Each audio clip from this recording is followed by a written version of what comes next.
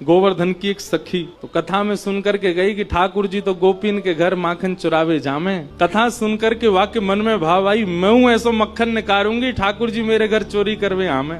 अभी की बात है, इसी कलिकाल में अब मक्खन निकाल लियो, निकाल करके माने मटका में मक्खन सजाए लियो, और वाकई मन में आई कि ठाकुर जी को कैसे पता चले कि मैंने मक्खन निकालो है। तो दर्शनार्थी दर्शन करने जाते थे, उन्हीं दर्शनार्थियों में मक्खन लेके जाती। तो सब तो सामग्री मंदिर में चढ़ा देते, वो चढ़ाती नहीं, पीछे खड़े होकर के वहीं से मक्खन के पात्र को ठाकुर जी को दिखाती, और ठाकुर जी को दिखा कहती, धोरी गैया के दूध सो बढ़िया रात में जमाए करके मैंने दही निकारो, वह दही से ऐसो बढ़िया मक्खन निकारो लाला, लेकिन ये मैं तो दे के ना जाऊंगी, अपने घर में छीका पे लटकाए के रखूंगी, तेरी इच्छा होए तो चोरी करवे आए जाइयो। श्रीनाथ जी के मंदिर में जाके ठाकुर जी को लोभ देती है। सखी ने मक्खन ऐसे ठाकुर जी को दिखाया, और लाला मेरे घर चोरी करवे आ जा, ऐसा बढ़िया मक्खन है। और वहां ने सब बता दियो, मंदिर से निकल के सीधे जाओगे, पोखरते दाएं मुड़ जाइयो, वहां से बाएं मुड़ जाइयो, वहां सीधे आइयो, मई मेरो घर है, और मैं घर के सब लोग सो जामे रात्रि में, तब आए जाइयो, चुपचाप चोरी करके जाइयो। लाला मैं बस इतना देखना चाहूं,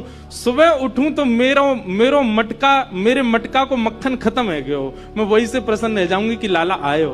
मुझे इच्छा ना है कि मैं तेरो दर्शन करूं, मैं तो पकड़ूं, मेरो मन बस ये कि मैं जो सामग्री बनाऊं तुम पाके चले जाओ। एक दिन निकल गया, ठाकुर जी नहीं आए। रोज सुबह सखी उठती है और मटकी उतार करके देखती मक्खन तो ज्यों को त्यों रखो है अभी भी। दूसरे दिन फिर नया मक्खन निकल, फिर गई ठाकुर जी को, लाला तू मान ना रहो मेरी बात, मैं तोकू दावे ते कह रही हूँ, ऐसा मक्खन तेने पायो नहीं होगा, तो एक बार आ जा। दूसरे दिन भी ठाकुर जी नहीं आए।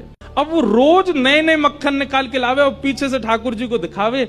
तो श्रीनाथ जी मंदिर में खड़े हैं, ऐसे कटाक्ष नीचे नेत्र हैं, सामने कुंभन दास जी बैठकर के कीर्तन सुना रहे थे। ठाकुर जी के मुख में से लार टपकन लगी, यहाँ ते लार गिरन लगी, और वह लार को सामने बैठे भाई कुंभन दास जी ने देख लियो। कुंभन दास जी बोले, जय जय जय जय जी, लार कैसे निकल रही है, कहा है गो, भूख लग रही है का? तो ठाकुर जी तो कुंभन दास जी से बात करते थे।